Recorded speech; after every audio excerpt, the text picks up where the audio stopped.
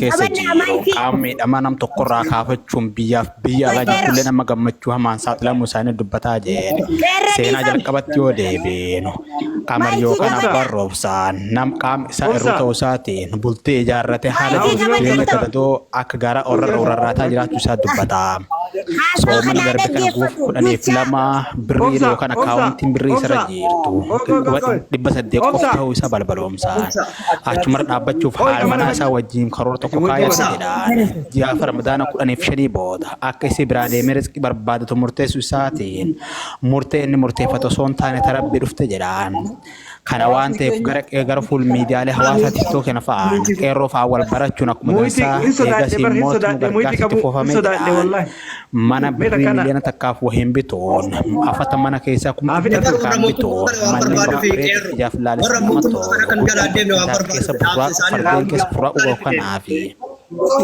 Kan guyyaa irraan kana gammachuu eebba isaa keessatti miskiinni hedduun nyaatee garaa quufaan akkasuma hooggantoota inni hedduu keessatti argame ulamaa'onni naannoo sanatti argaman illee hedduu keessatti argame gara sooshaal miidiyaatiin kallattii laayivii darbu gubbaratti argame gara nama 1,200 daawwatee jedhaan kanarratti immoo namoonni hedduu yaada qaban dabarfachuu isaanii dubbata ka'umsa guddaa abbaa dula kanaa ta'ee kan faarfaamu qeerroo oromtichaa ilma oromoodhaa akkuma dansaa gayaa hojjette jedhaan dhaaltuu mubaarak musammaati jedhaan. Seenaa jajjabduu asirraa fudhachuun gargaarsi kun waan dansaa gubbaratti argamaa jedhaan.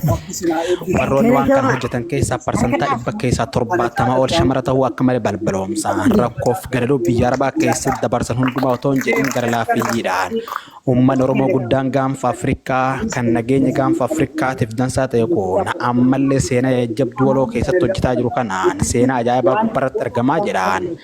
Qophiin guyyaa irraan kanaa gammachuuf miira hamaan kan guutame mucaayyaayyuu waan dubbatu dhabee keessa fiiguun hooggantoonni hedduun achitti argamuun nullee waan asirraa qooda guurannee fakkaannaa jedha.